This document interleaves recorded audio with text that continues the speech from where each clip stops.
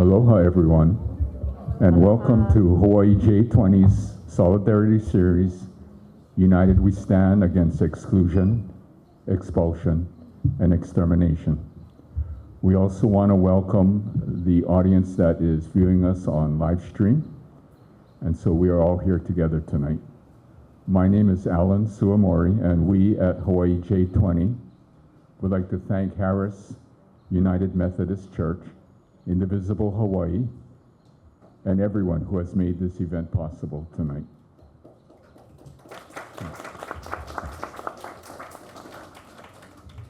Most importantly, we would like to thank all of you for coming out this evening, taking time out of your busy days to attend tonight's meeting and make your presence known in these difficult and often challenging times. Before we get started, I would like to announce our next event, which will be on Friday, July 18th, and it will be Freedom to Think, Speak, and Act. We are unsure right now about where the location will be, so please check our website and we will keep you informed as soon as we know.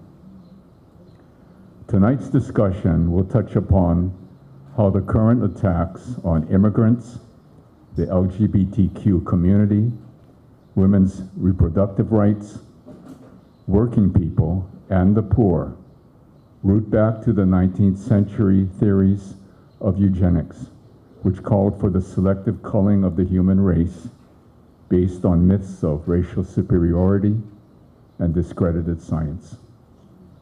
We are fortunate tonight to present three distinguished speakers who will share their thoughts and insights into what the present administration is doing and the impact it is having on our democracy. So without any further delay, let's begin. Our first speaker is Nandita Sharma. She is a professor in the Sociology department at the University of Hawaii at Manoa. She is a researcher of immigration controls, nationalism, racism, and state power. She is the author of numerous articles and books on these subjects. She is also a member of Hawaii J20. Welcome, Nandita.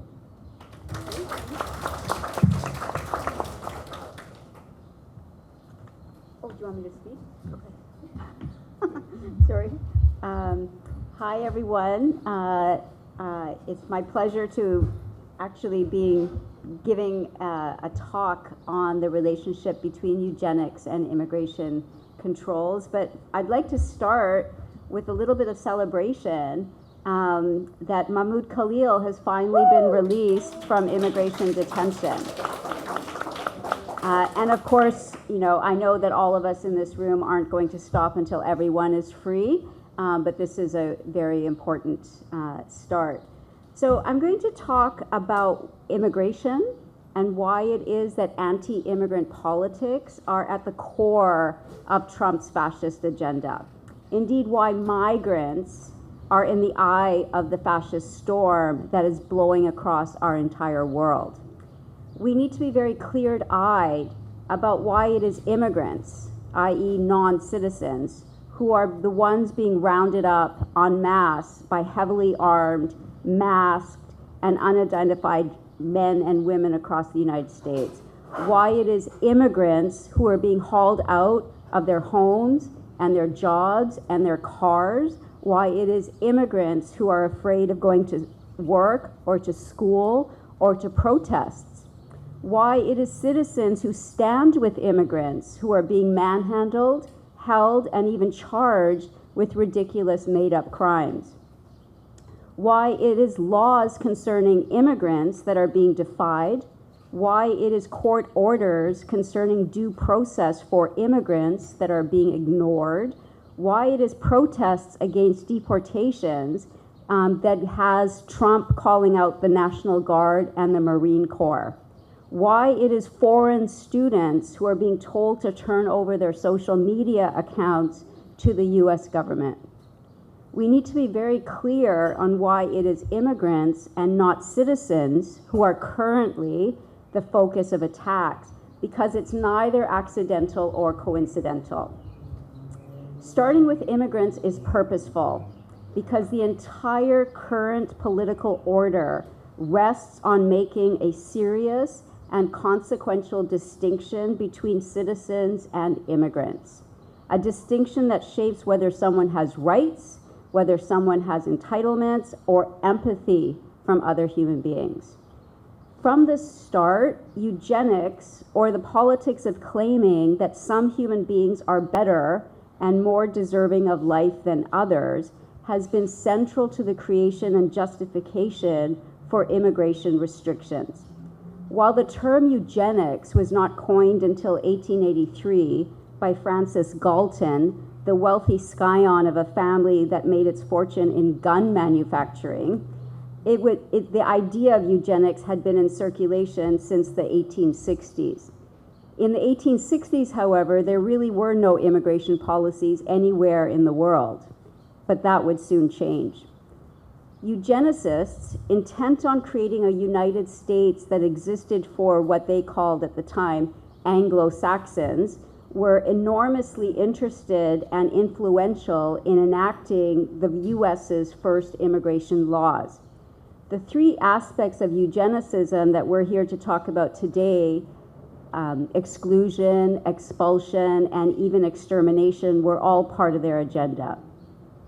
Eugenicists saw immigration restrictions as a form of anti-miscegenation policies operating at the scale of the US population.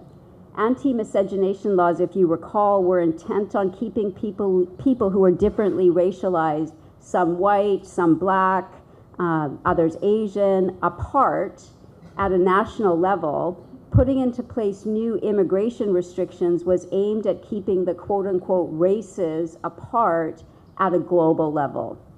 The folks who invented US immigration restrictions saw the US as a white man's country, and they understood that the force of the United States was necessary if they were to realize their dreams of not only racial superiority, but relatedly national superiority. The ideology of eugenics in immigration regulations and restrictions has shaped ideas that there is a right and therefore a wrong type or race of people allowed to make a life and to make babies in the United States. The first Immigration Act of the United States, the 1875 Page Act, was racist and sexist to its core. It prohibited the immigration of two groups of people, quote-unquote Chinese coolies and quote-unquote prostitutes. The primary effect of the bar on prostitutes was to restrict the entry of unmarried women from China as a response to both racist and nationalist fears that they would marry and raise families in the United States.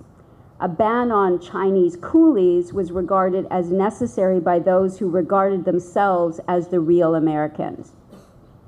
They claimed that Chinese workers were taking jobs that they thought belonged to them and them alone. An angry group of white male trade unionists, especially on the West Coast of the United States, rioted against their fellow workers and neighbors who were Chinese, and in the process married white nationalist labor market politics with those of eugenicism. In 1910, Robert de Courcy Ward, the co-founder of the group Immigration Restriction League, whose entire reason to exist was to oppose the growing influx of those that they deemed to be undesirable immigrants, stated, quote, "We in the United States have a very special interest in national eugenics, and we have a remarkable, favorable opportunity for practicing eugenic principles in the selection of the fathers and mothers of future American children through our power to regulate alien immigration." His Immigration Restriction League was instrumental in the passage of the U.S. Immigration Act of 1924, which reduced Jewish and Italian immigration to the United States by over 95% and completely barred Asian immigration until 1952. This 1924 Immigration Act also expanded the system of remote control, as U.S. consuls abroad were tasked with issuing national origin immigration visas and conducting police checks, medical inspections, financial responsibility determinations, and political interviews of potential immigrants prior to their arrival at a U.S. port of entry, something that still happens to this day. The U.S. Border Patrol was created in 1924 as well to enforce the proliferating number of immigration regulations and restrictions. Eugenicists were thus instrumental in putting together the infrastructure of U.S. immigration and border policies. They didn't stop at this. 1929 saw the deportation of Mexican workers. 1934, restrictions on the entry of Filipinos and Filipinas. And from 1953 to 1954, over 1 million workers with Mexican nationality were deported by the racist in name and substance, quote unquote, Operation Wetback, which is the model for Trump's current mass deportation campaign. In 1965, things changed somewhat. The 1965 Immigration Act ended the national origins quota in place since the 1920s. An important, if often overlooked, part of the widening civil rights movement at the time, the 1965 Act eliminated national origin, race, and ancestry as a basis for immigration selection. But the selection process itself was retained. So while immigration restrictions were liberalized, they were not ended. The continued seizure by the United States and all other nation states of control over who moved, where, when, and under what conditions is how we got to the very scary place we are now. As I hope to have shown you, immigration restrictions are not timeless, essential features of how states operate. Instead, the world's first immigration restrictions started only in the 19th century and were only globally universalized in the mid-20th century, as the world of empires or imperial states were quickly replaced by a world of nation states. Nationalists around the world claimed that nation states would liberate people fighting colonialism. Many believed them, and many still do. But nation states didn't live up to their promises. Instead, they put into effect the basis for a different system of control. Control over workers, control over women, control over the poor, through new citizenship and immigration laws that each of them use to regulate, restrict, and differentiate between newly created citizens and newly created migrants. Anti-colonial struggles worked hard at delegitimizing the existence of empire, but not of differentiating between people themselves on our shared planet. Unlike colonial rule, citizenship and immigration restrictions continue to be accepted by most of us.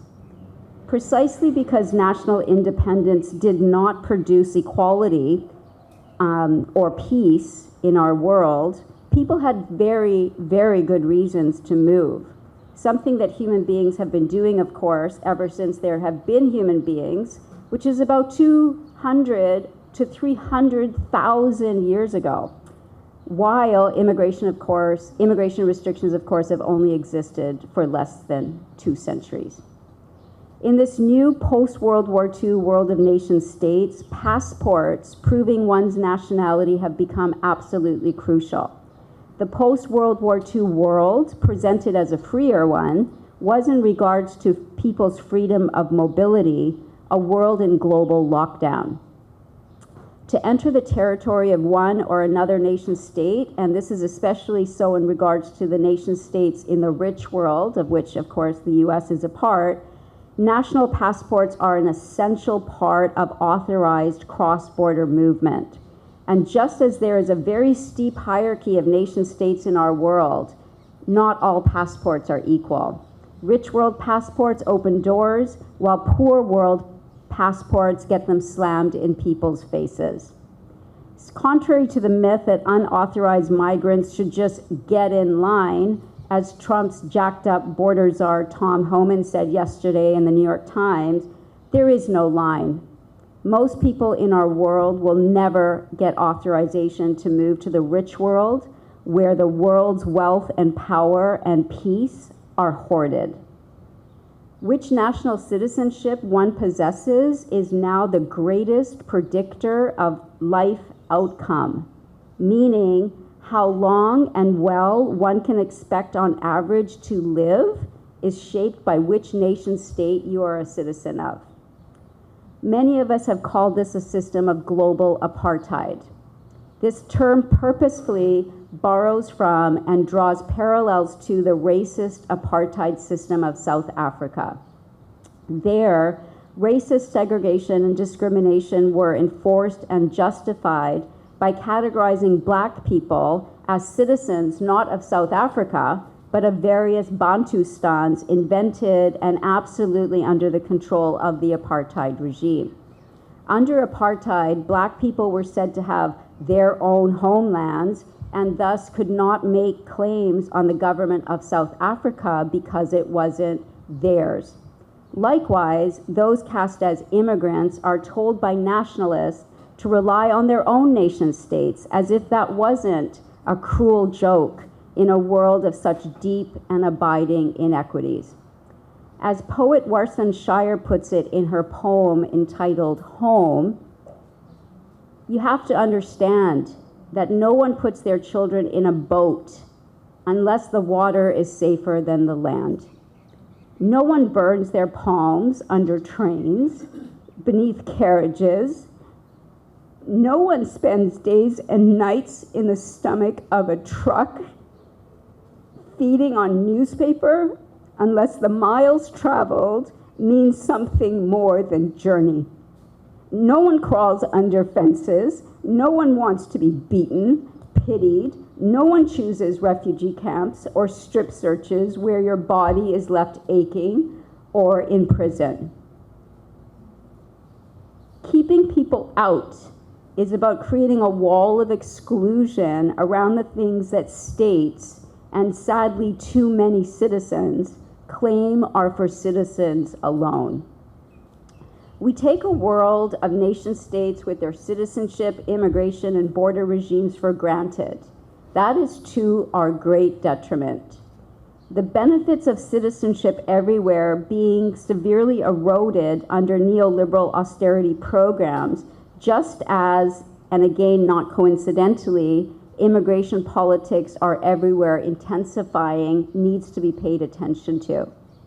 The far right around the world, from France to Italy, from the UK to the US, from India to South Africa, are mobilizing against migrants who are increasingly being labeled colonizers and invaders, turning the anti-colonial struggle on its head.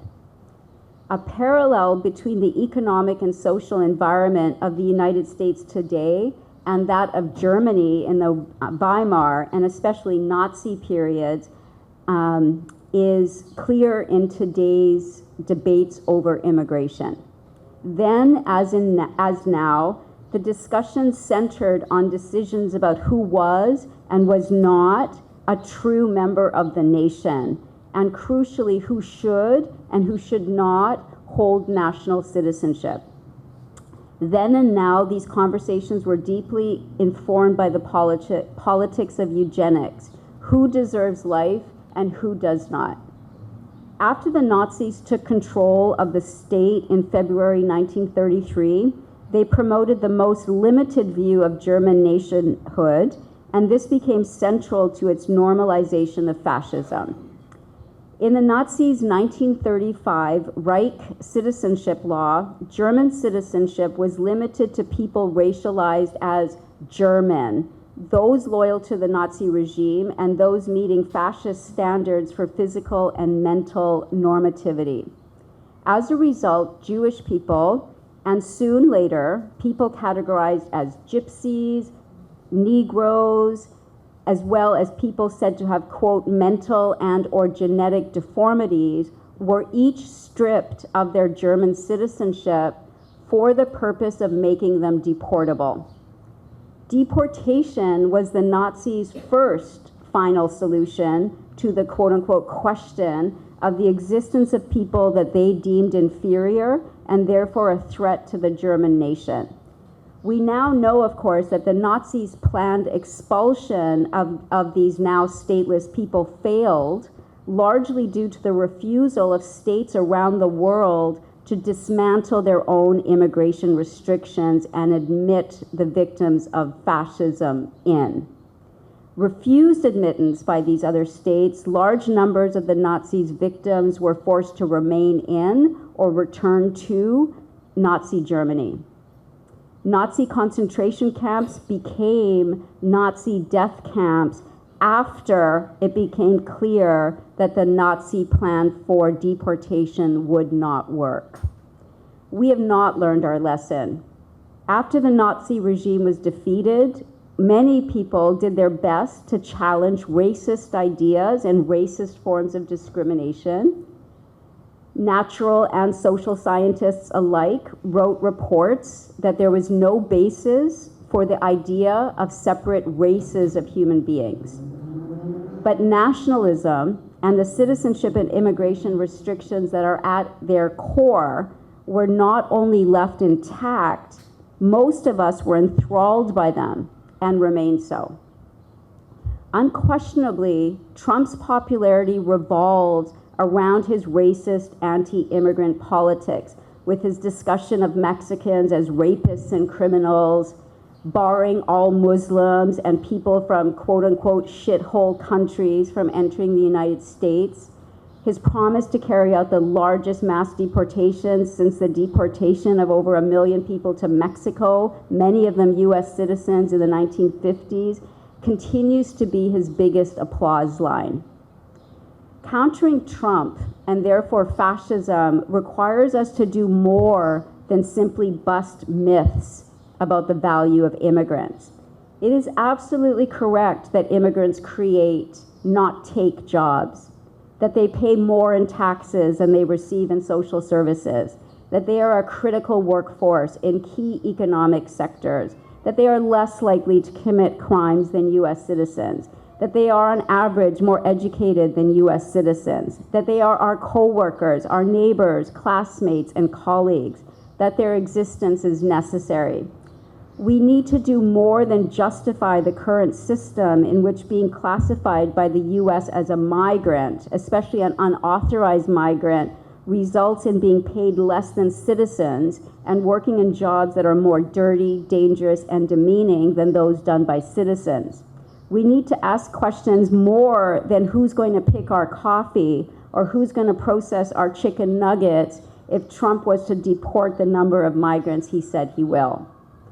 When we justify the existence of citizenship and immigration regimes, what we are saying is that we can live with the deaths that result from border controls, the deaths that result from incarceration, the deaths that result from deportation to places that people have done everything they could to leave. Accepting citizenship and immigration controls is to accept that some people's lives are more valuable than others, that US citizens are superior, and to maintain our superiority, we need to give the state the power to keep the inferior people out, and because people don't stop coming just because we tell them to keep migrants down once they are here with us. We need to call into question the very distinction nation states make between people classified as citizens and migrants. Doing this requires a new abolitionist movement, the abolition of borders, and with them, the end to the distinction between citizens and migrants. Without this, we provide oxygen for the fascists in power today and for those to come. In the late 19th and early 20th century, when immigration restrictions were first being enacted, there were people who rejected them. The industrial workers of the world, or Wobblies, for instance, opposed the racist division between citizens and migrants. They understood immigration restrictions to be the tool that they are to divide the world's working people, and that what created a downward pressure on all working people's wages was not immigrants, but the laws that gave migrants far fewer rights than citizens. Equally, what would end this race to the bottom was equality, not exclusion and expulsion. So let's finally learn this lesson. On this, the summer solstice, the longest and brightest day of the year, it's time for us to brighten up. Thank you.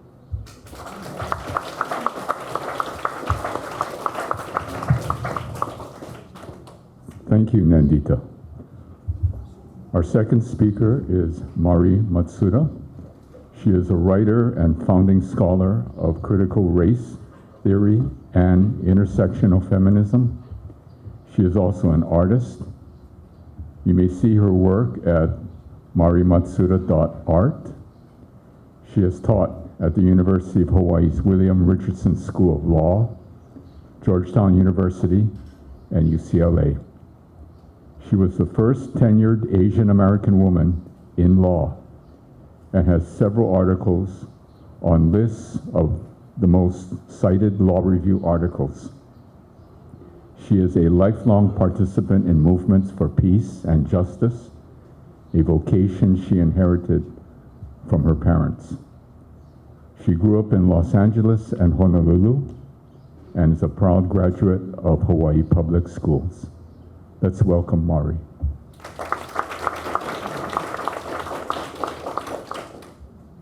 Thank you so much. Thank you, J20, and everyone who worked to organize this event. Thank you, Nandita, for your remarks. And I just want to respond quickly to you before I move on to my remarks. You made me think a lot about how we lean on this distinction between citizen and non-citizen, and somehow people feel this status citizen is keeping them safe. My father was a citizen. He was born in Los Angeles, California, and he was incarcerated at Heart Mountain, Wyoming, because of his race. So as soon as we say some people are us and some people are less, it's not going to stop with immigrants. And I have in my family genealogy first-hand experience with that. All right. This is what I want to say to you. I have 15 minutes, and I'm going to convince you to choose life. I'm trying to get all of us, myself included, to jump off a careening vehicle that is heading toward a cliff. I assume by your presence here that you already know about the costs to human life under the Trump regime. Just during the time that we'll be speaking here this evening, another 200 people will die because of the USAID cuts. That's just one cut that we made that's killing people. Introducing the United States of America, the world's most powerful thantocracy. Dr. Robin D.G. Kelly calls the United States a thantocracy, a government of death promotion. As evidence, he points to the percentage of U.S. spending that goes to weapons of war, prisons, punishment, in contrast to spending that goes to human needs, food, shelter, healthcare, education. He called the United States a thantocracy before the current Trump regime, before the attacks on science, before the planned budget that will take life-saving food and medicine from poor children in order to make billionaires trillionaires. At every turn, our current regime sets in motion a giant roulette wheel, and your name is on one of those slots. And if the ball drops in the slot with your name on it, you will die. In fire, in flood, in hurricane, from climate denial, from a disease we could have saved you from if vaccines and clinical trials weren't halted, from a preventable plane crash or food poisoning made possible by the dismantling of our safety infrastructure. We are in the process of promoting death. So if someone walked in here with that wheel and put our names in it and proposed to spin it and pick someone to die tonight, we would tackle them and take down the wheel. I know we could do that. The problem is that this death cult is hiding behind its own enormity. What can I, one woman at Harris Memorial Church, do to stop the shutdown of that longitudinal study that might save the life of someone I love 5 years from now from a disease that we don't yet know they have? I don't even know where the lab is, where the grad students are washing out the Petri dishes and packing them up and turning out the lights and leaving to go deliver DoorDash, which I've heard some of our best minds in science are actually resorting to as the next best available job. I can't stay that hand that with one click of a computer can drop a bomb on a child. That might be happening right now for all I know, because the current deranged foreign policy of the United States seems to turn on and off like a light switch, and we can't even keep track. I say loudly and often, you do not do this in my name. But the reality is, the country I pay taxes to is killing people. And I am a coerced and unindicted collaborator. I presume you are here tonight because you, like me, are looking for a way out of coerced complicity with atrocity, seeking a community that can build a path to a better way. And I am so grateful, and I have so much respect of you, for coming with that intent. All my academic life I spent studying the history of injustice, the operation of power, and the forms of resistance. I believe things have never been more dire than they are now for human life on this planet. And I offer my thoughts tentatively, not because I am sure I'm right, but because we have to collectively join in strategizing to form the broadest coalition possible to turn this thing around. My history is not one that sees heroes. My history is one that sees people, ordinary people like us, coming together to seize power. So I'm kind of bossy, so I'm going to put my ideas out of what I think is happening and what I think we need to do.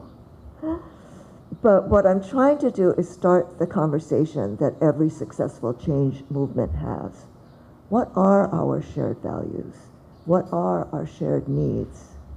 What is the best plan for collective action?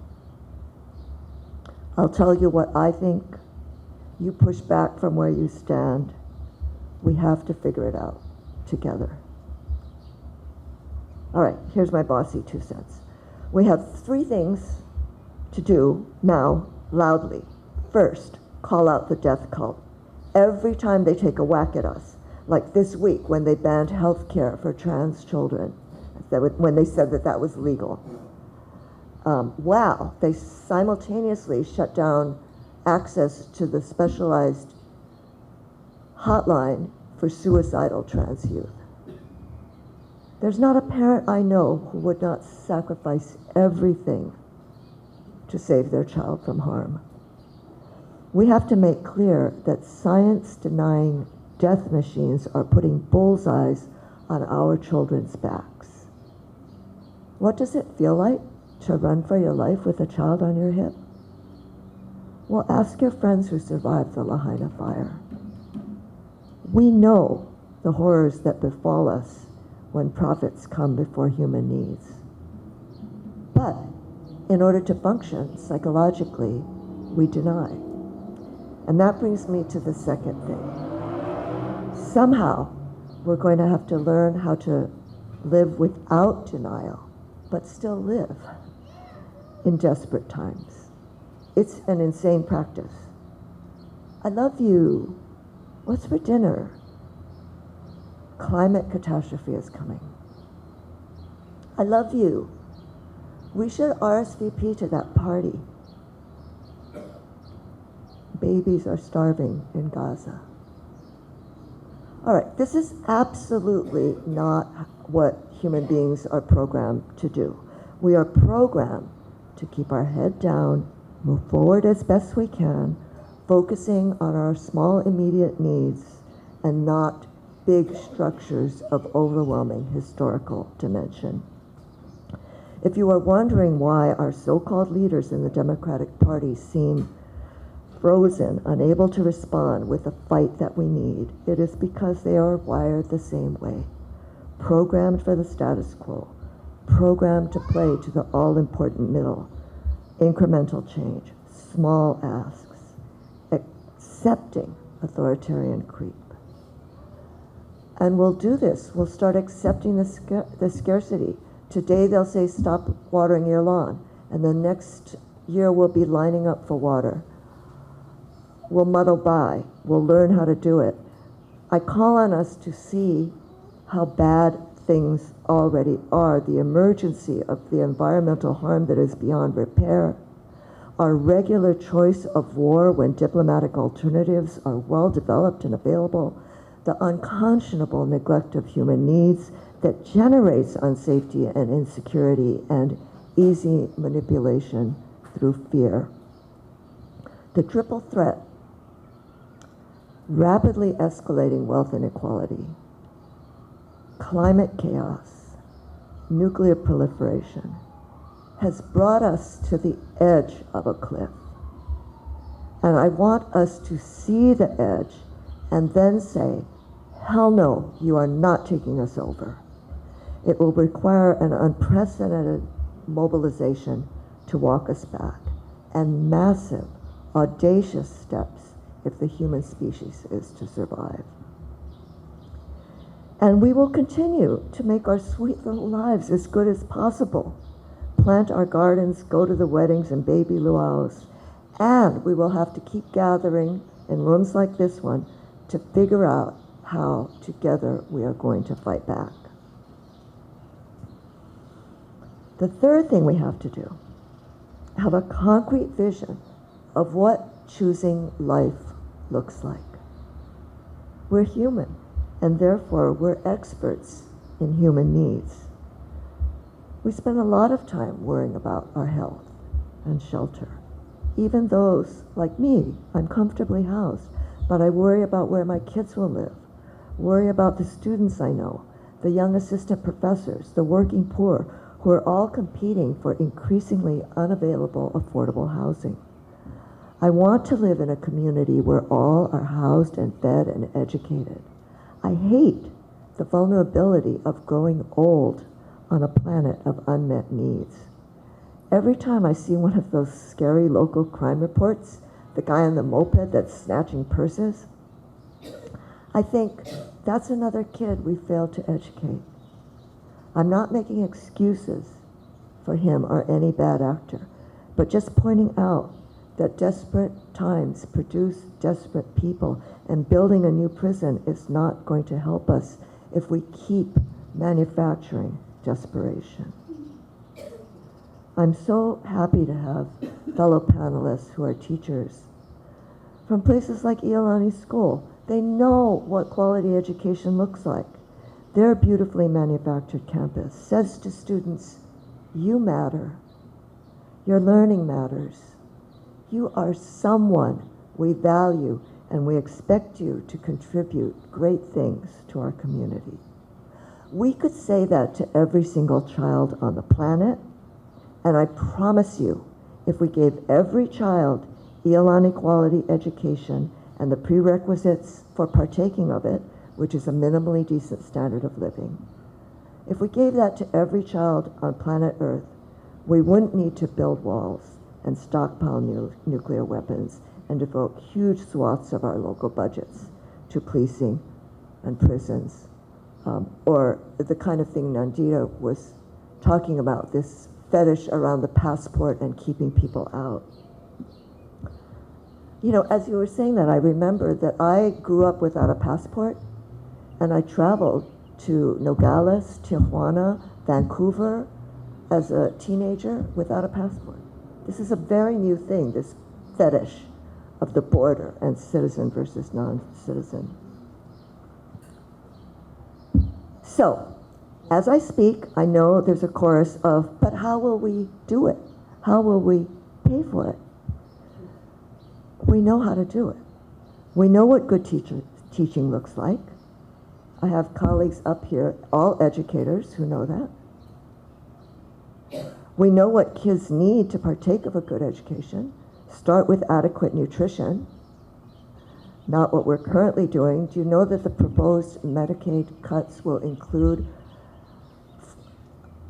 40% of babies going without prenatal care? That is, before they are born, they won't even get those prenatal vitamins that prevent birth defects and lifelong learning problems.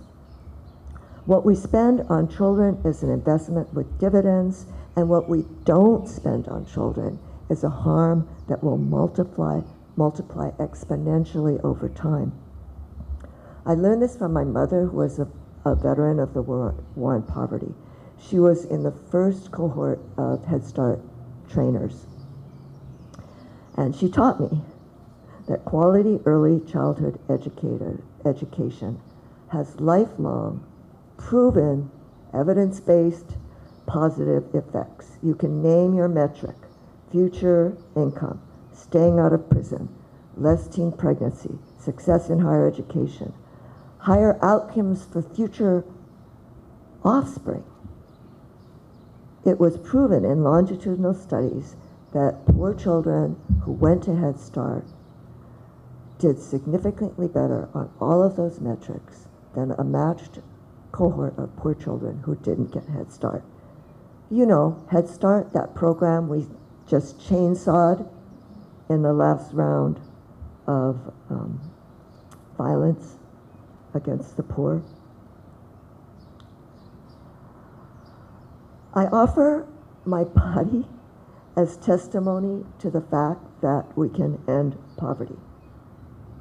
Mine is the first generation in my genealogy that was not born poor. My parents were born poor, my grandparents were born poor, and every generation of hardscrabble peasants before them was born poor. But I was not born poor.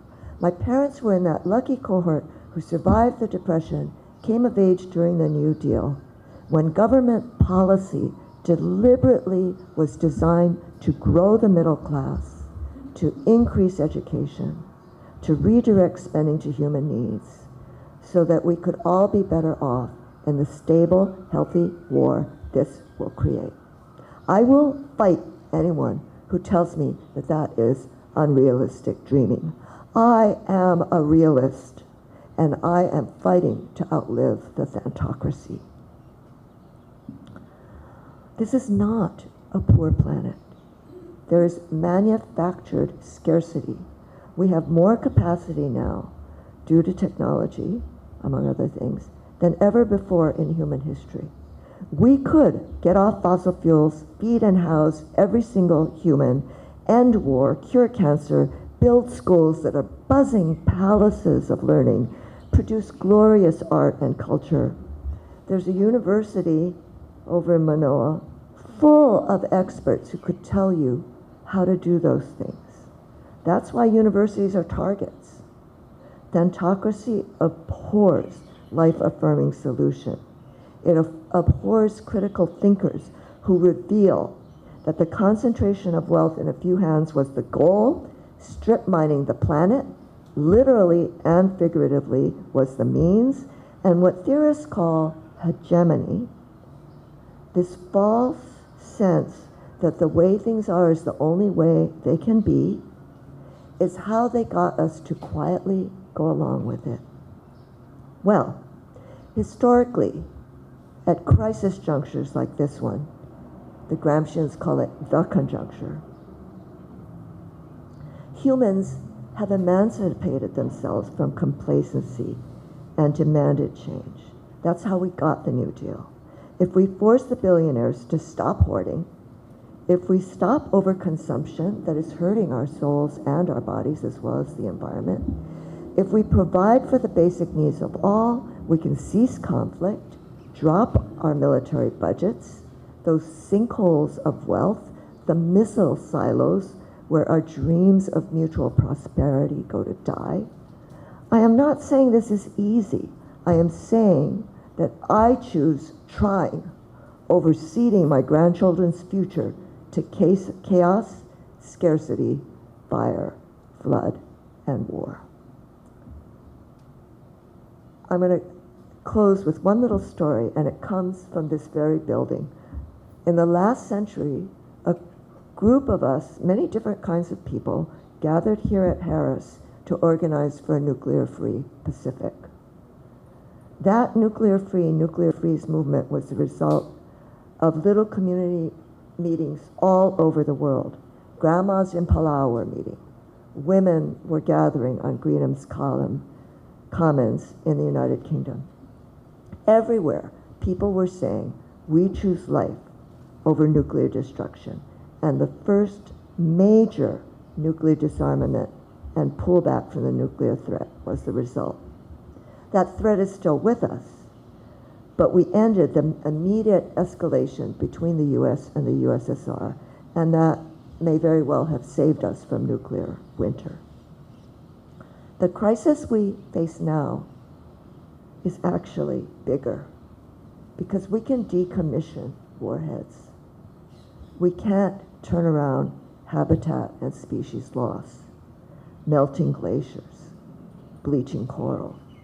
We can only slow things down, make things less bad, and to do that, we have to aggressively and immediately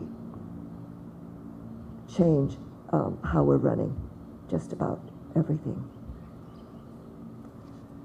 Like the nuclear-free Pacific movement, we have to pick out one piece we can fight for now as a step toward rejecting the death cult and prioritizing life. Here in Hawaii, my personal choice is ending the military leases. One step towards saying what a good life could look like. Let's get that land back and turn it into sustainable ag and affordable housing. In closing, we who choose life over death are the majority on this planet. Here in Hawaii, we have a blueprint of a society that once lived in harmony with the Aina, feeding and housing every person with lots of time left over for the sublime pleasures of surfing, music, art, and lovemaking. If you would help me to wrestle a guy who wants to walk in here with a death wheel to the ground, please help me figure out how we're going to take down the thanatocracy. Choose life, embody aloha. We have so many kumu in these islands who walk that path and show us what it looks like. We can take their example and make a generous road to the future, leaving fear behind, joining hands as fellow humans here in this room and in a chain around the globe. It is our very last chance to do that. Thank you.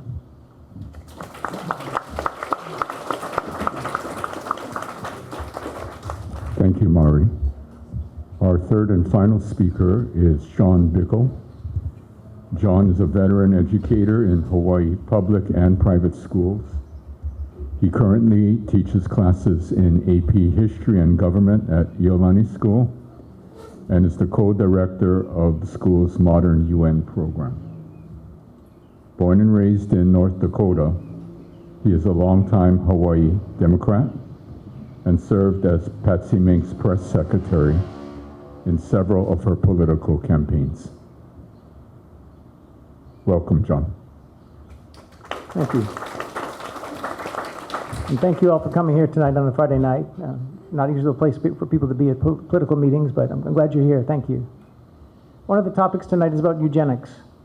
When we think about eugenics, the political movement that's most associated with it in history is fascism. So what I'm going to talk about tonight is fascism, and look at the definition of fascism, and come to the question of to what extent is Trump a fascist. And looking at that question, I think back to Harry Truman, who once said, give me a one-handed economist. All my economists say on the one hand, but on the other hand. I'm going to be like that. I'm going to say on the one hand, we're going to look at definition of fascism and see to what extent Trump is a fascist. We'll take a look at some actions of Trump and see to what extent that's fascist. And then we'll come to a third hand and look to what perhaps the ideologies of the 1930s is not appropriate for the time period we're living in today.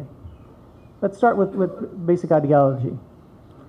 You're probably taught in school that there's a left and a right, a conservative and a liberal. And you're usually told that there's a little continuum, a line, right? And on the line on the right is the conservatives, on the left is the liberals.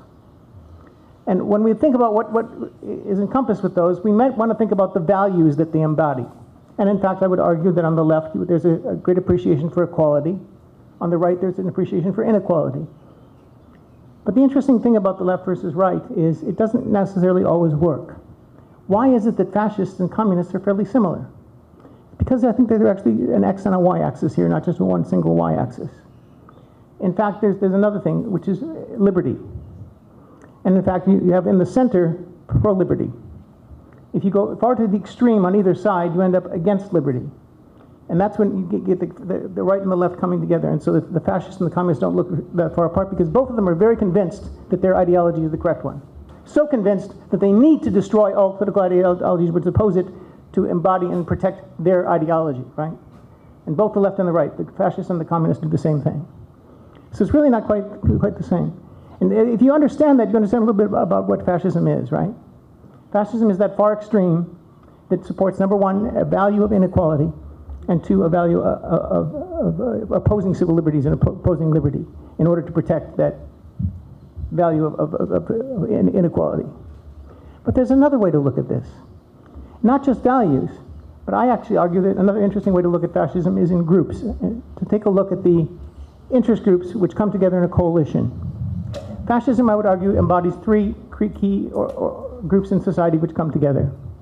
And I would say this is true for the Japanese in 1930s, the Italians in the 1920s and 30s, and the Nazis in Germany in the 1930s. First group are the wealthy industrialists. The wealthy of society come together because they're the ones who are on the top. This eugenics, this whole idea of social Darwinism, right? They're successful because they're better, and they need to be supported. We need to feed them, right? I mean, Orwell in Animal Farm, the pigs need to be fed because they're the smart ones who do the thinking, right? They deserve more. They need that. We need this inequality, right? That's the whole argument about that. So there's that argument about inequality that's there for them. And taking a look at this ideology of the right, it goes to the extreme, of course, in fascism, to the point of extermination, right? The Jews and others get killed. We talk about the 6 million Jews who were killed. There are about 5 million others who were killed. So this is the extreme of that sense, right? So one of the groups is the wealthy, the industrialists. The second group that I think is important are religious conservative groups. Now, a number of religious groups can be oppositional, and Germany has a very interesting part about that, and I'll talk about that probably a little bit later. But the conservative religious groups, the Catholic Church in Italy, very clear. The religious way in which Hitler kind of brings his regime to power. When he comes to power, he changes the belt buckle in Germany, for example. It says, Gott mit uns, God with us. Puts on all the belt buckles. There are these public religious ceremonies and Christmas church services in public squares that become very religious. Mussolini has his daughter married in St. Peter's Cathedral to show how kiss up he was to the Catholic Church. Conservative religious groups, and even in the religious groups in Japan were very important for Tojo and his support. So we've got the industrialists, we've got the religious groups, and we've got the military. The military and their expansionist policies, the military and their opposition to civil liberties in order they might have control, fit very well with the fascists.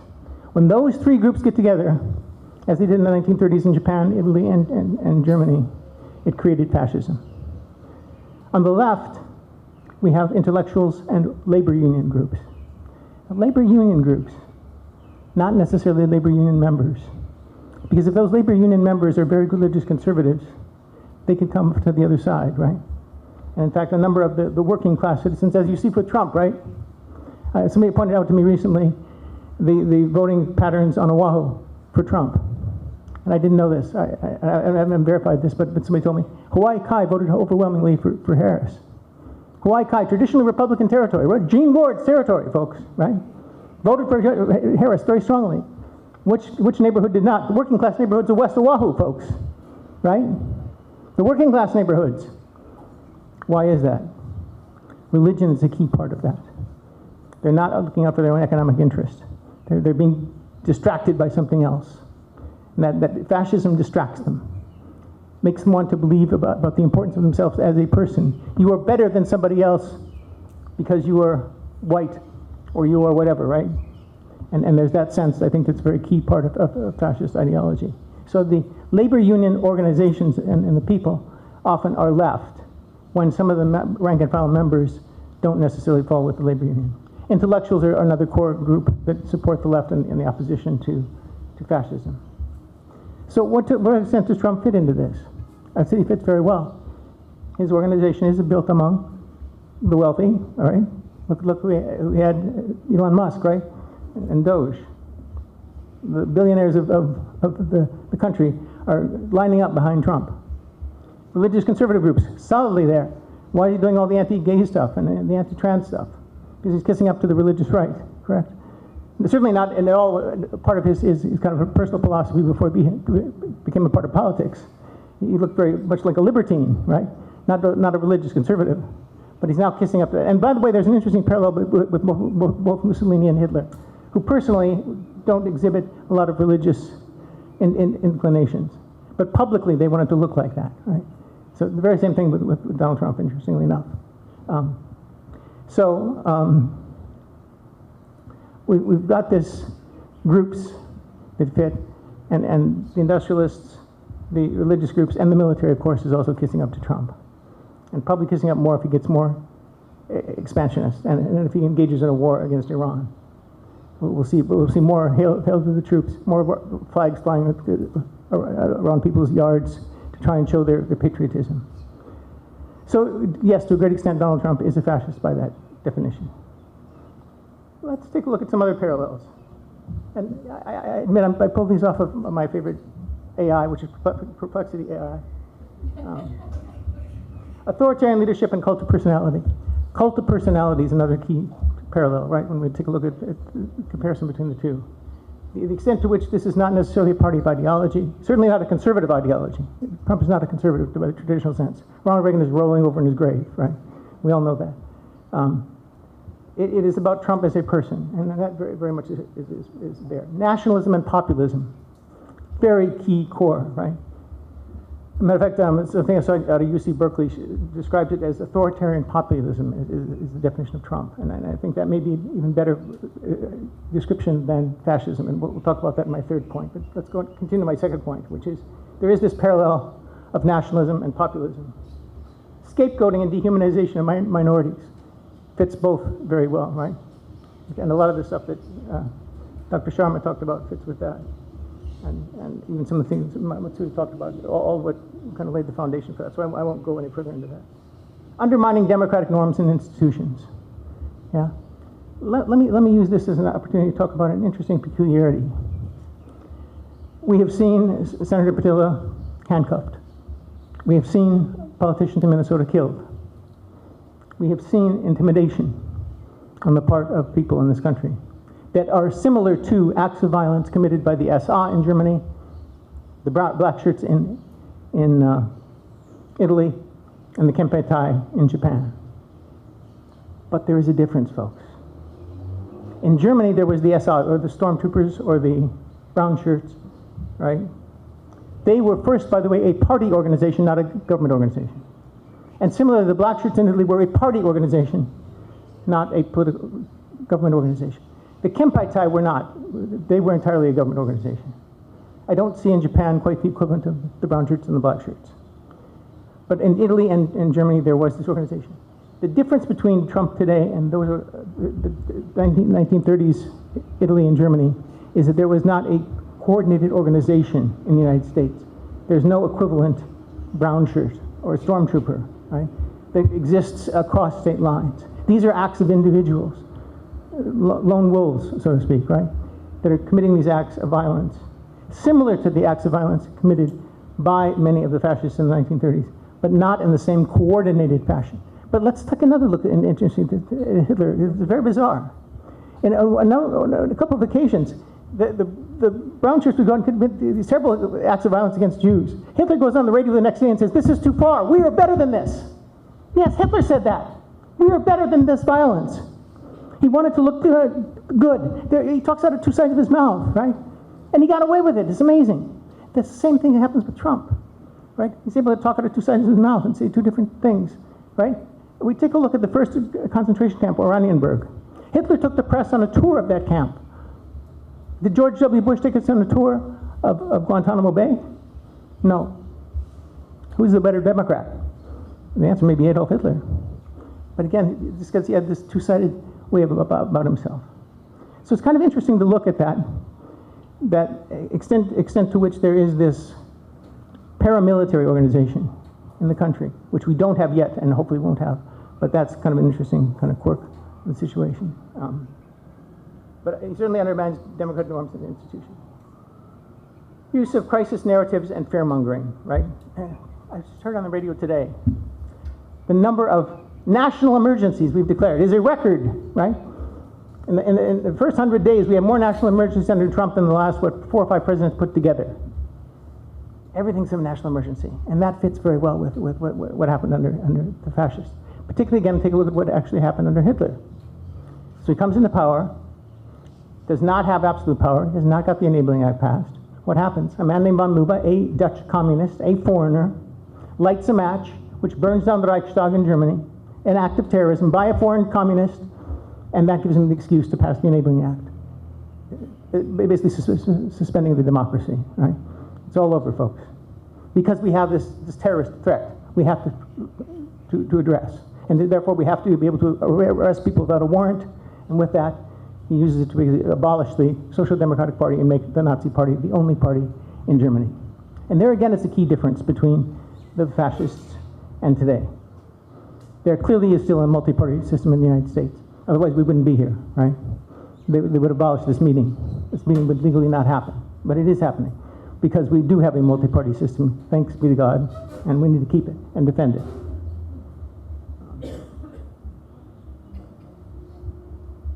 Let me go on to my third point. I think all this 1930s talk is actually irrelevant. I think we're in a different time. I mean, we can see the parallels, we can talk about the ideology, we can talk about the definition, we can talk about to what extent Trump fits, but let's look at the facts. We're living in a time, beginning in the early 2000s, in which various leaders throughout the world have come to power based on nationalism, based on restricting democracy, creating illiberal democracy, but not necessarily creating Holocaust, not necessarily creating legal one-party states. The poster child here is Vladimir Putin. Vladimir Putin did it very well, and I was actually in Russia in 2001, and it was very interesting to talk about Putin. He got to power through a democratic election and turned a democratic country into an illiberal democratic country. It still has elections, but the media is stacked. The votes are stacked. The extent to which people hear about candidates are stacked. And of course, take a look at his number one opposition was Navalny, and he ends up dead, right? So there's this intimidation to the point of murder and assassination that happens in a country, but that does not necessarily revoke the democracy, right? There is an element of democracy still there, but of course it is not effective, because although you may have the process of votes, you don't have the principles of liberty and equality that are essential for the running of a fair process of democracy. So I think that's where we're at today. Why is that important? Well, it's important because we need to know how to fight this thing, right? I want to talk a little bit about Kulturkampf. Kulturkampf was a system both under Otto von Bismarck and Adolf Hitler. attempt by both leaders to try and unify the religion of Germany. In both cases, they failed. I want to repeat, Hitler failed. Hitler did not have absolute power when it came to religion in Germany. He failed. Why did he fail? Because the Catholic Church stood up to him. And there's kind of an interesting story there as well, by the way, looking back at the kind of the core constituencies of Hitler. Evans, in his book, Coming of the Third Reich, points out the fact that the Nazi Party started as a Catholic party in the south of Germany, but it didn't do very well with the Catholic voters. And in fact, in the election of January of 1933, where they do very well and come to get Hitler as the chancellor, they did poorly in Catholic territories. They won 70% of the northern Protestant vote, Protestant farmer vote. 70% of the northern Protestant farmer vote. Again, that uneducated, right, fits very much parallel to the demographic that supports Trump, right? And I have a lot of, as I mentioned, in North Dakota, I have a lot of relatives in North Dakota. They're almost all Trump supporters, right? They're conservative farmers. Exact same thing. And what, for what? For the very same reasons. Religious and cultural things. We really hate transgender people. I actually went back over spring break and had dinner with some of my more liberal relatives. I mentioned the fact that I had written comments in Iolani this quarter for the first time, which I used the pronoun they instead of he or she. And I was saying that, that's kind of interesting how we're changing. My sister and my cousin immediately said, "How horrible! Oh, no, don't do that, don't do that. How dare you do that? Terrible, and it's going to hell." Same things that are happening, right? And so in order to defeat this, let's look at the model of the Kulturkampf. They were staunch in supporting their position. They took, they co-opted one of the values of the Nazis, religion, in the same sense in which there was the reconciling church in Germany, and there was the Catholic Church opposing to the Kulturkampf that stopped Hitler from having a single unified church. The one case where Hitler was able to be stopped. Hopefully we can do the same and stop more than just that under Trump. Thank you.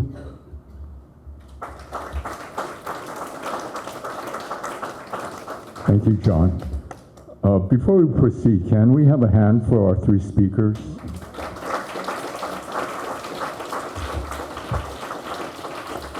Before we open the floor to your questions, I would like to respectfully ask that Hawaii J20, we're a grassroots community-based organization. So we do have a donation box in the rear of the room. And if you do feel so inclined, please help us out in whatever way you see fit. Oh, here it is, okay. All right. So we'd like to open up the floor to your questions now. And we can put, okay, great.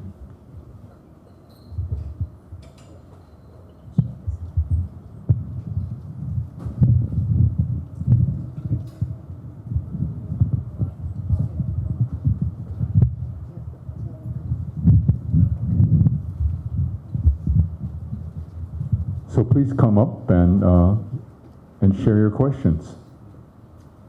So I'd like to ask a question of the third speaker. Is it possible? Is it possible that ICE could be turned into a brown shirts, black shirts sort of group? I don't necessarily think so. I think because it's too focused on immigrants. And although immigrants are a key part of this cultural wave that they're projecting, it doesn't get at what the key part of fascism gets at, which is the opposition to political opposition, the unification of the politics under one party. And so therefore, I think ICE is intimidating, and it's a part of the violence which is going to contribute to a move towards fascism, but I don't think it's going to be the SA of our time. I don't know. Either of you want to comment on that? I think there is an extra-military, extrajudicial threat that is a new form. We don't have brown shirts with uniforms and goose-stepping and ranks and all that. But I think there is organized violent opposition You hear members of Congress, they'll say, not to their own constituents, but they're speaking privately to journalists, but this has been reported, that they've changed their vote because they are physically afraid for their lives because of the kind of coercion that can happen very easily with the internet and large numbers of people who are being stirred up by this kind of rhetoric that Nandita was talking about, and the widespread availability of firearms in this country, military-grade weapons in the hands of all kinds of people. So I think there is a violent and coercive component to the current regime that is actually one of the ways they're keeping power and making it harder for people to speak up. And I think this exists in Hawaii too. My own campus has had incidents of intimidation by organized groups of professors. Yeah, I remember during Trump 1.0 at the UH Manoa campus, there were several of us who were, actively intimidated by the Proud Boys here in Hawaii. So I think that, I take both of your points really well, that currently we don't have an, brown shirts, black shirts type of formation. But I think for those who are tracking the far right, I think that's something that we need to actually be very, very careful about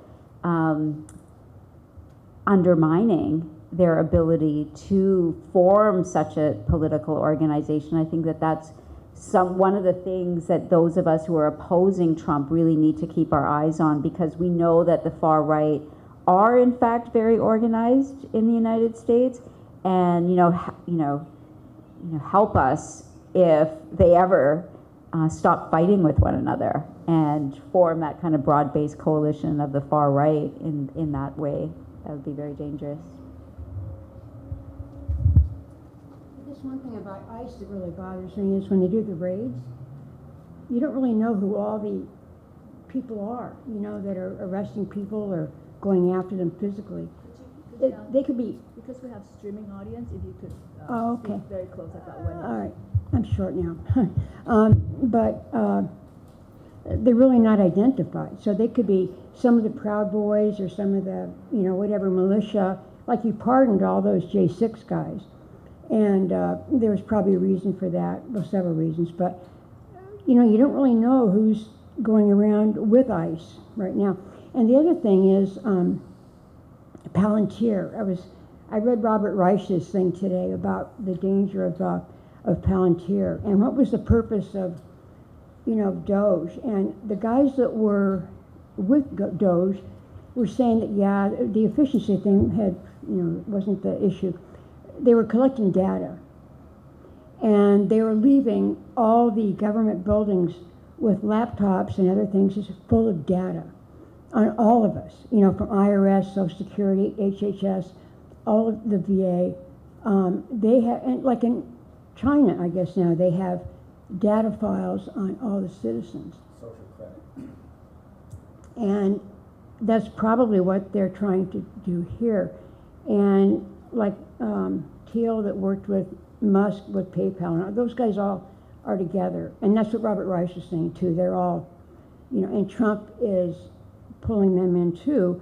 And so Palantir has this huge electronic database potential, which they're feeding into a lot.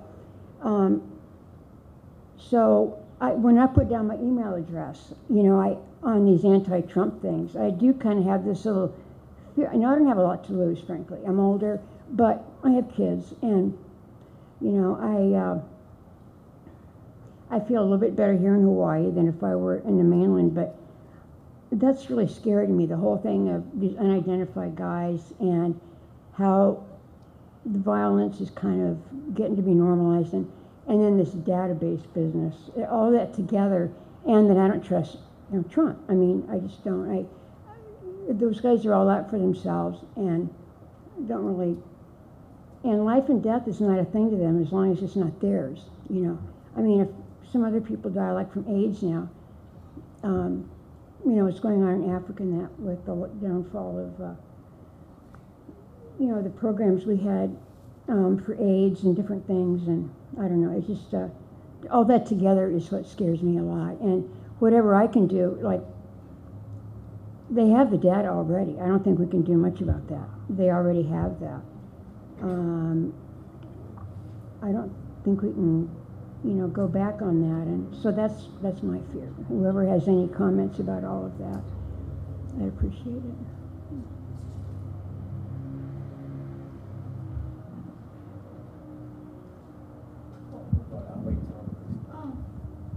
This is going to be very incoherent because I haven't thought. Sorry. Oh, darn. Yeah. This is going to be very incoherent because I haven't thought it out. But talking about what is the way forward, what can we do? I, in my humble opinion, prefer to just answer the question very directly. What can we do to bring down the debt in opposition to what Trump is doing?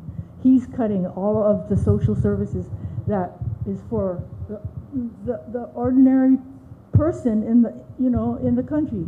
Why don't we, on the other hand, cut the military budget, which is more than half of this country's discretionary budget, with 750 bases in 20 nations around the earth? Why do we need that? We need money for education, universal health care. You know, we need money to fight climate change. We need money to, you know, shore up our infrastructure so we don't slide into the ocean. We need so much. So I would, as a way of going forward, prefer that we answer the question directly. How can we do it? And not dance around what Trump is saying or whoever else is saying, you know, because we know, as you folks have said, we know the answers to how we can get it done. And we know all the little details. So I would suggest that as a way forward. I think you're right. People want to hear specifics. Positive specifics. Yeah. So I want to offer something very specific that I actually cut out of my remarks, so I'm glad you asked the question in the interest of time. When we were organizing around the nuclear freeze, one of the big issues that came up, especially in Hawaii, you know, they would never confirm or deny that we had nukes at Pearl Harbor, but we knew they did because they had nuclear submarines. They, you know, and large numbers of ordinary working people in Hawaii depend on those Pearl Harbor jobs. They're good jobs with benefits. And, you know, I have cousins working those jobs, and it's hard for a high school graduate in Hawaii to find a good job with benefits and a pension plan. You know, Democrats always win in Hawaii, they say, but Nixon won in Hawaii because of that fear that the anti-war movement would shut down all the military in Hawaii and everybody would lose their jobs. So what was offered at that period, it was an actual legislative proposal, was something called the Transfer Amendment, where we would take the money from the excess spending on defense, but we would put it into specific infrastructure power and guarantee that projects and guarantee that no one would lose a job. And at that time we were talking about things like public transportation. We were talking about building the rail in Hawaii then, which would have made a lot more sense and been a lot more cheaper. Housing, but also we were talking about clean energy infrastructure back in the 70s. Why? Because we had had a gas shortage, so we didn't even know about global warming, but we knew that we were vulnerable because of our dependency on fossil fuels, and we were worried about things like air pollution. Not that we would lose the whole water table. So I think we need to bring back those plans, and we have to put the numbers on them. And there are people that are working for this, the Working Families Party, others who have actually come up with proposals. But you mentioned the deficit, and I think that's something we need to talk about too, because it's true that we're running up this horrible deficit by giving money to billionaires. That makes no sense. But there are times, like the New Deal, when we ran up a deficit to fund job creation. And then people paid taxes. And that built our economy. And in the end, it wasn't deficit spending. So, you know, just like in your own family finances, it's okay to go into debt if you're using it for something like education or fixing your roof or something that's actually going to save you more money down the line by increasing income and preventing disasters from deferred maintenance. So I don't think we can say deficit bad all the time. We have to say, for what, right? What are we borrowing for? Are we building wealth and generating jobs in a way that will benefit everyone? So thank you for your question. Aloha, my name is Keola Oh, sorry, Akana. could I just go ahead. add to the answer to that question? Sure. Okay, thank you. I think that there's no lack of good ideas and good policies, right? We probably could reorganize the entire U.S. government with all of the policy proposals that have already been put forward, right? And do a much better job at taking care of people and valuing life rather than prioritizing death, as Mari was talking about. I think what we lack is power. So we need to figure out how to get the power to put what we want into place. And I think that what we haven't been doing for a very long time is organizing, is grassroots organizing. How are we going to build a movement that is so powerful that our policy proposals are going to be taken seriously, right? And not just ignored, right? So I think one of the things that, you know, I grew up in Canada, so it's a very different society, even though there's a lot of similarities. And one of the differences here is that in the United States, religious groups, particularly conservative religious groups, provide a lot of social assistance to people because the state does such a terrible job here in the U.S. at providing, you know, social support. So religious groups across Oahu and across the state of Hawaii and across the United States are the ones who are providing childcare, right? Who are providing food banks, right? Who are providing, you know, all kinds of, you know, mutual aid supports for people to find jobs and find housing. And we, on the left or, progressives or, you know, whatever we want to call ourselves, are not doing that, right? We're neither providing mutual aid to one another, nor are we talking to people outside of our bubbles, right? We're not doing that grassroots organizing that is absolutely essential to organizing power, right? And the second thing is, you know, exactly what Mari had pointed out in her talk, is that we need to talk about what we want, right? We need to actually have some kind of consensus so that when we have power, we have a consensus on what we're going to, you know, what are the priorities. And as I say that, I realize that it's kind of countering everything that I had said in my earlier remarks, right?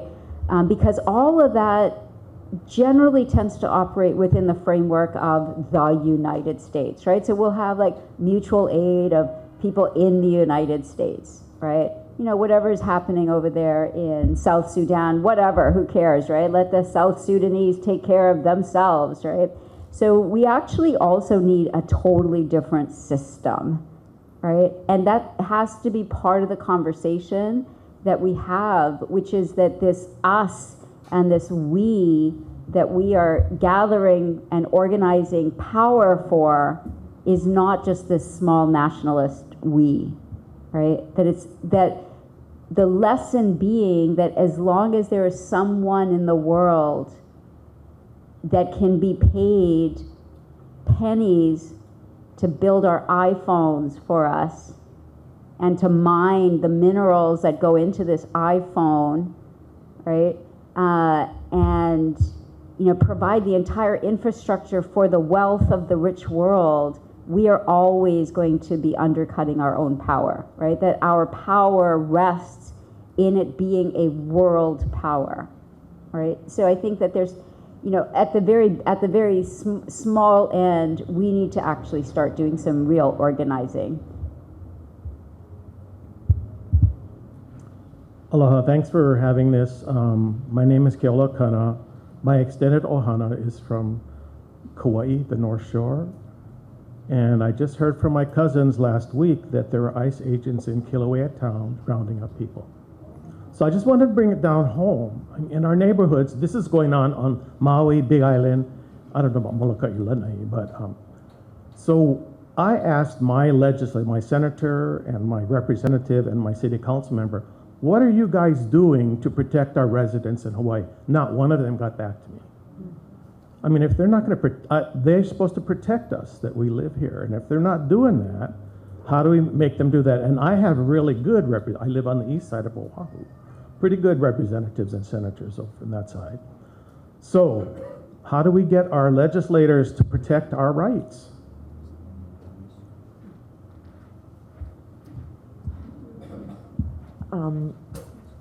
I want to thank people in J20 who have shown me an example of how we do that, which is you show up at their door. I called you and you didn't respond. So I'm here at your office giving you a chance to respond. And I think we need to develop that muscle. They work for us. And if we have concerns about the safety of our community, it's their job to respond. And if they're not doing their job, we'll help them by showing up.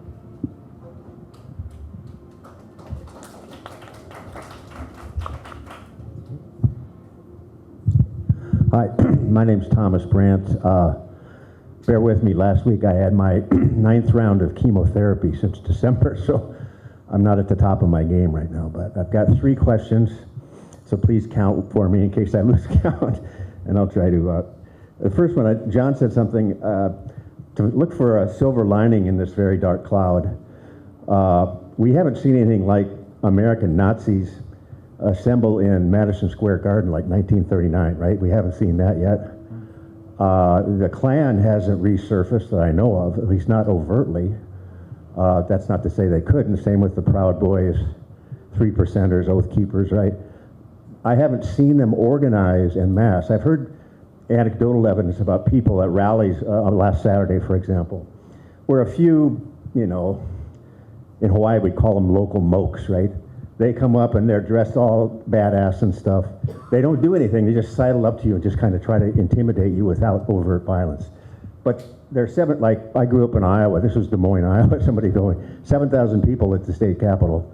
And 5 of these guys were there trying to intimidate people. Well, that ain't gonna work, right? When it's 7,000 to 5. But so those are positives, I think, although that's not guaranteed to last, I think. And the Proud Boys locally, I haven't seen anything.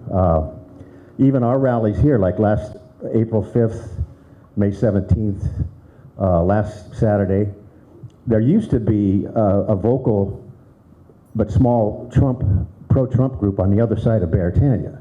They're nowhere to be seen right now. Yeah, I know, exactly. I heard they set up, the local news covered, there was a small group at Magic Island or something, 30 people or something compared to what we had, 7,000 to 10,000 people.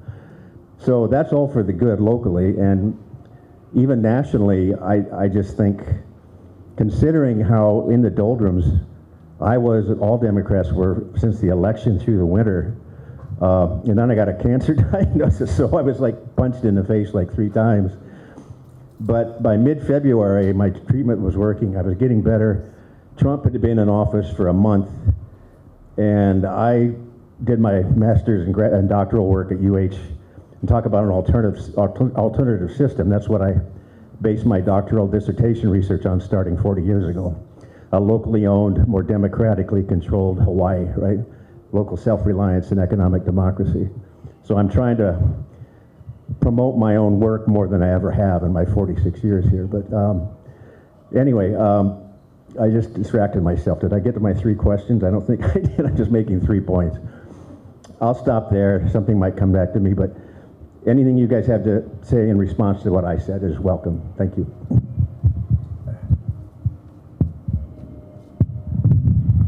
I want to thank you because I think you did something important that we're sometimes forget to do, which is your cheerleading for us. 10,000 people in Hawaii, all kinds of people, ordinary people, people I went to school with that I was very surprised to see. They're not overtly political people. Just their sense of human decency is bringing them out to stand up. So that is something we should celebrate and figure out how to mobilize and organize around. So thank you. Hi, I'm Donna Busimi. I've noticed in our meetings that we hold, our constituency is aging and mostly female.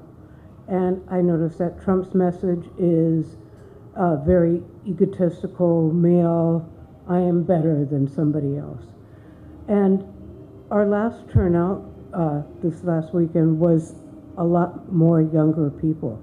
But what I need to know is, how do we break that conversation? How would you approach your 20-year-old nephew? What icebreaker would you use to bring up this conversation without offending? And how would you get that started? Because we have to work with them, we have to get on the media, and we have to start that conversation. Thank you.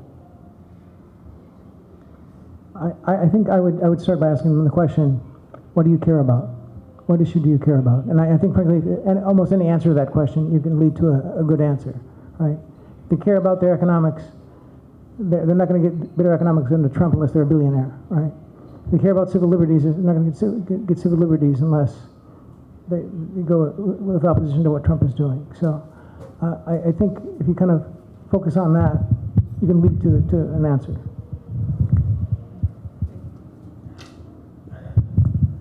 I was going to add, we called my 3rd point. What can we do between now, the midterm elections are 17 months away. So we can't just, I think we should have as many rallies and protests as people have the energy and stamina for, locally, nationally, everywhere, and I think that's going to happen. I don't see people getting tired yet, although that may come. But at one of these meetings a month or so ago, the group 5051 Hawaii was here, and they had a tiny little sign calling for a general strike. Most people, even liberals, don't know what that is in American history, right? We have a very thin history of that level of organization outside of the labor movement, right? But I've been sharing online and elsewhere a link to something called, a site called Waging Nonviolence, has a great article about what would a general strike look like in the US. And it has a range of activities beyond just rallies and protests for mass action. I think 5051, the national group, is aware of that. I think Indivisible nationally is getting aware of it. So I'm optimistic that from the bottom up, if not from the top down, we're going to see organized resistance and mass action beyond just protests and rallies every month, which I think is going to boycotts of different types, like the Tesla boycott. I just posted something for 5051. They specify certain dates in the next couple of months. This week we boycott Walmart. This week we boycott McDonald's. Those might, they don't seem like all that, but a general strike is where people just simply refuse to go to work. That's a very tough ask, right? Especially in Hawaii or even on the mainland where people are living paycheck to paycheck. So you have to have, and we don't have it, like you said, a dense web of mutual support, childcare, right, food banks. We don't have that set up. And that's probably what it would take, and I don't know if we can, that's a heavy lift, if we can get that in the next 6 months.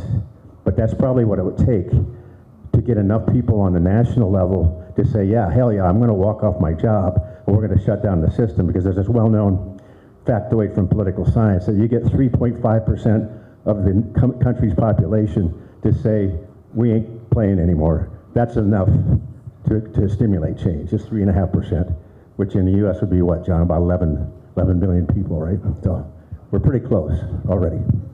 We just don't have the support for people to actually just walk off the job. Thanks. Yeah, I would just, this might be controversial, but I think that protests ought to be treated as a demonstration of our power, right? And I think that if all we do is protest, we're not going to win this fight, right? We need to do grassroots organizing. We need to build this movement, because 10,000 is great. It's nowhere near enough, right? When we're talking about whether we can build, dense webs of mutual aid, if we can't do that, we're not having a general strike, right? So we need to prioritize, because grassroots organizing is really dull work. It's time consuming, it's hard, it's not at all, glorious or instantly gratifying as there it is to see 10,000 people around you on a street. It's just really, you're by yourself with a handful of people constantly. And they may vehemently disagree with you most of the time, right? But if we don't do that, we're not going anywhere with this movement, right? So even if we win the midterms back, that's our own. Even if we win the midterms back, right? So, because the midterms, as far as I'm concerned, is not the end goal, right? And the next presidency is not the end goal. There's something much deeper that is wrong and rotten with this society than just who's in power right now, right? So, one of the things that J20 is doing in July is a small group of us here in the room are going to the Big Island, where there's a lot of ICE raids, because there are a lot of businesses on the Big Island that rely on undocumented workers for their ability to make a profit, right? So we're going to be training the activists on the Big Island to set up a rapid response network for ICE raids, which was a previous question. Someone had a previous question about what we're going to do about ICE raids. We need to do something.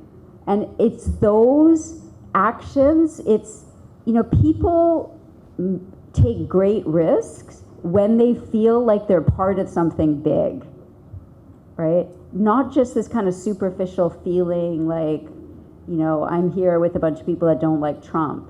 It's like these really strong sense of collective responsibility for one another. And I think standing up to the ICE raids is one way that we can build that level of sacrifice and personal risk that is going to be necessary to defeat fascism.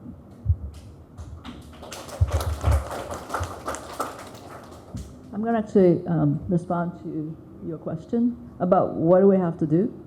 I work for Hawaii J20, and I also work for Indivisible Hawaii. I am trained as an artist. I do some graphic design. I like to do things because I have ADHD. So just look around, right? People put up these chairs. I had to learn how to make lace because we don't have any money. Jane used her job's printer to make these tags. Everything that happens here, somebody did them. And all of us are skilled and have access to resources the other ones don't. And I think that look at what you have and just go there. Both organizations are so incredibly short-handed. Like maybe you make sandwiches or whatever, right? These are the things what organizing is all about. Maybe you have a truck to haul tables around. Those two graduate students have a table. We found money to buy a table. They don't have a truck, right? So it's just, for me, I'm very simple-minded and materially minded because I'm trained as an artist. If you have access to something, step up. If you're good with talking to people, I'm very bad at talking to people because I get annoyed. But there are, so I'm, I'm not very understanding or patient. So we need people who are understanding and patient to help organize, to talk to people. So I don't know, maybe we need to so if you want to do something, think about what it is that you can do, the resources that you have. Maybe you have restaurants with people in the kitchen who are freaked out because they might be deported. Is there a way to talk with your fellow restaurant owners on putting up signs like the typical you have to wear a shirt, like no ice here. Just put those things up. Get all the restaurants to put them up. You have access to power already. And stop asking, just try it. That's where power comes from, just trying it. And people go, wait, no, you should put absolutely no ice here. And you go, okay, I'll try that too. Right, just try it. Jane has the printer at work. She'll print them for you, I think. Jane? No.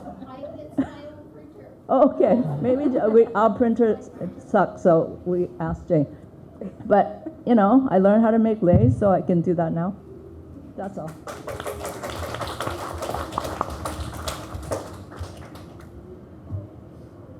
Follow-up question. And your point is very good. You have to organize. Oh, sorry. Your point, I agree with your point. You have to organize around something that people care about. I love watching Rachel Maddow on MSNBC. She only is on Mondays now because she is very focused on what can we do. For the first 100 days of President Trump's second term, she concentrated on showing all of the huge rallies around the country and people standing up for somebody who is being grabbed off the street and demanding that they give him his freedom. And in some instances it worked. And what she's saying is, or what she's showing is that people are fighting back and they are winning, and we need to know this. But the main thing in those groups is that they really cared, like on the Big Island, about those people that are getting grabbed, off the street by ICE. And neighbors. They care And about neighbors, their neighbors. right? Anyway. So so like what John is saying, ask them questions. We need to find out what people care about that we can organize. If we're going to organize, we have to find out what we can organize around. And that's the big question. I don't know.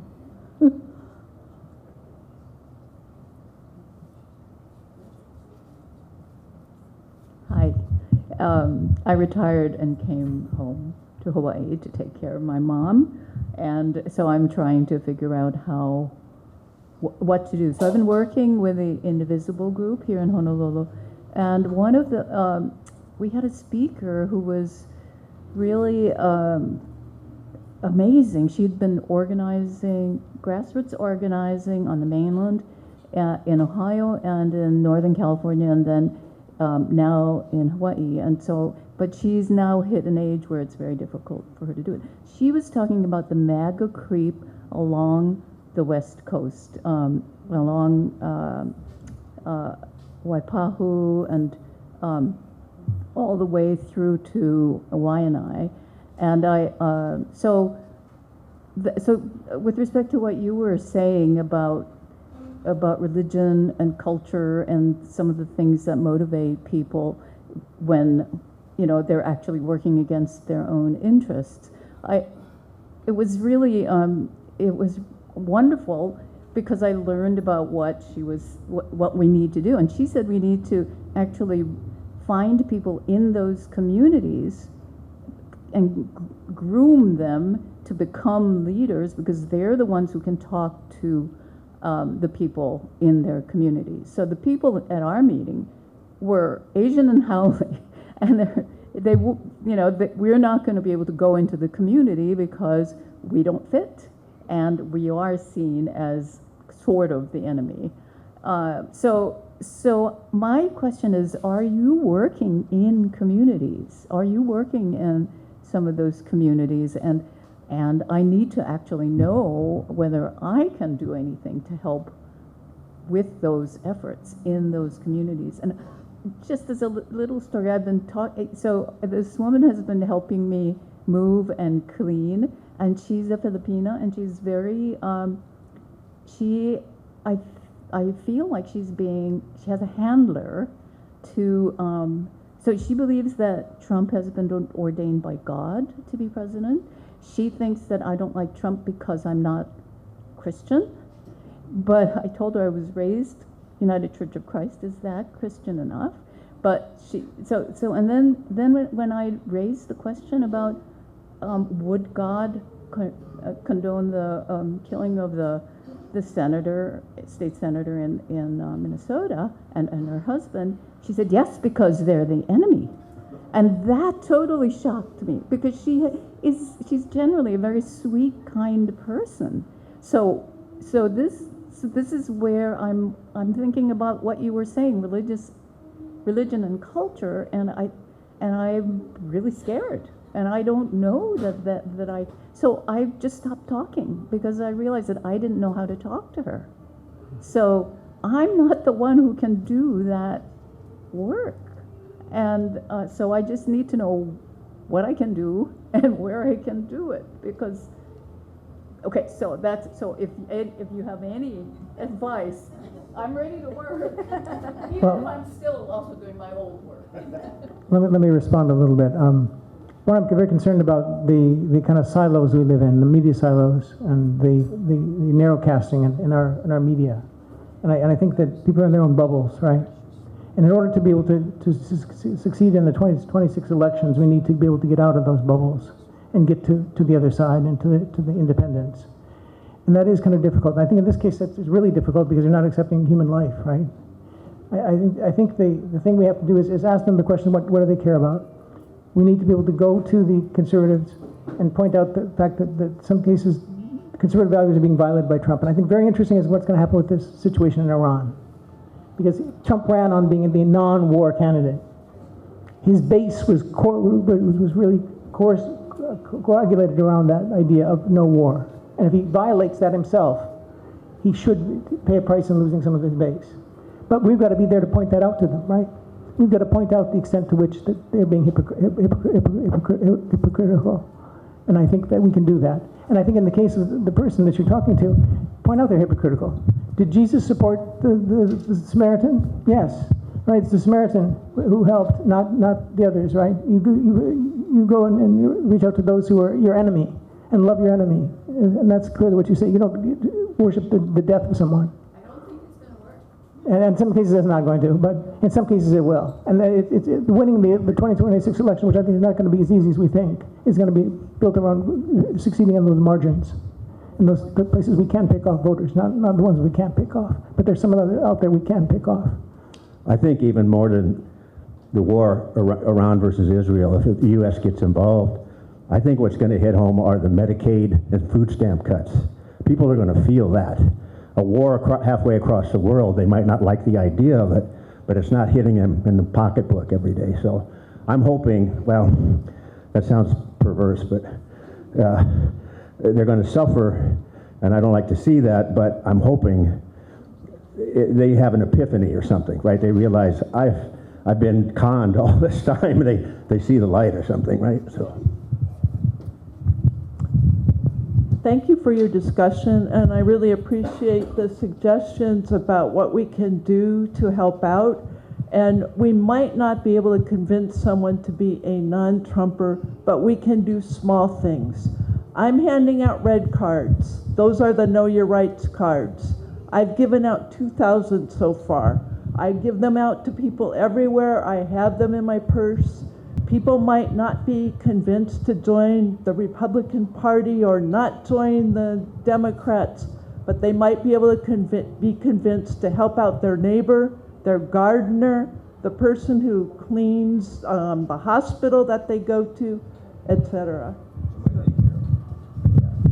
I think that's a perfect way to end this evening. I want to thank everybody here Your presence here is so important.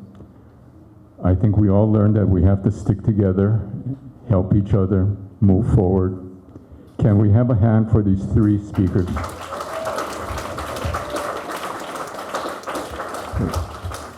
Thank you, everyone. And just a reminder, on July 18th, we'll have our next Hawaii J20 speaker series. Please join us if you can. We will let you know where the site will be. Mahalo, everyone. Thank you.